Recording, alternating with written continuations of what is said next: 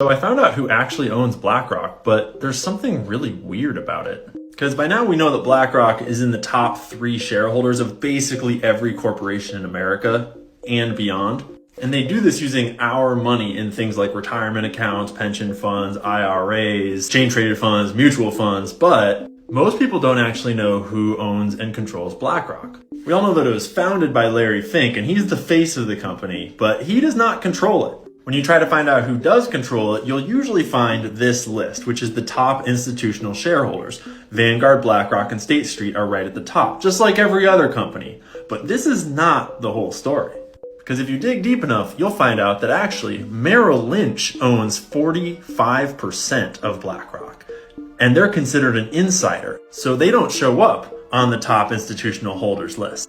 This merger took place in 2006. So actually Merrill Lynch controls BlackRock in a big way. But who controls Merrill Lynch? Well, Merrill Lynch is actually a division of Bank of America because Bank of America bought them out during the '08 financial collapse. So who owns Bank of America? Well, nowadays, Warren Buffett is the top shareholder of Bank of America because he owns Berkshire Hathaway, which is his billionaire investment firm. I'm still not sure what this top one is, this 25%. That's an anomaly and I cannot corroborate what those shares are, but I found these shares. This is a screenshot from Berkshire Hathaway's 13F where they tell you all the things they hold. And I totaled up all of these Bank of America shares and it equals 1,032,000,000 shares. That's 13% of Bank of America shares, equal to $33 billion. But I also dug in a little bit into where Bank of America came from and who founded them, and all modern banks are crazy histories of mergers and acquisitions and banks changing their names and merging with other banks, probably for no particular reason. But Bank of America traces its roots back in 2 different directions. One of which we're not going to talk about, and the other one is back to this Italian dude named Amedeo Giannini, who acquired what was then called Banca d'America d'Italia.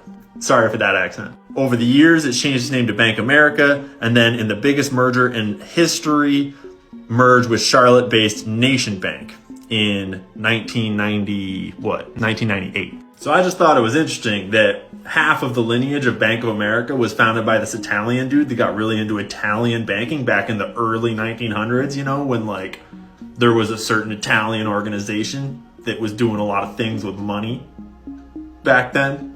I'm sure it was all above board though, obviously. But anyways, back to the weird thing that I can't figure out. Bank of America owns Merrill Lynch, who owns the vast majority of BlackRock. But they don't have anyone on the board as far as I can tell. Usually, the biggest shareholders of a company have representatives on the board that sort of represent their investment.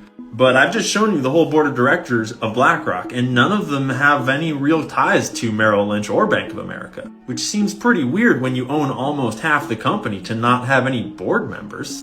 The plot thickens. So 2 things. If you want to follow the history of Bank of America down the other trail, you might wind up at a certain family name that you aren't aware of that is really hard to find on the internet. That'll probably get videos taken down.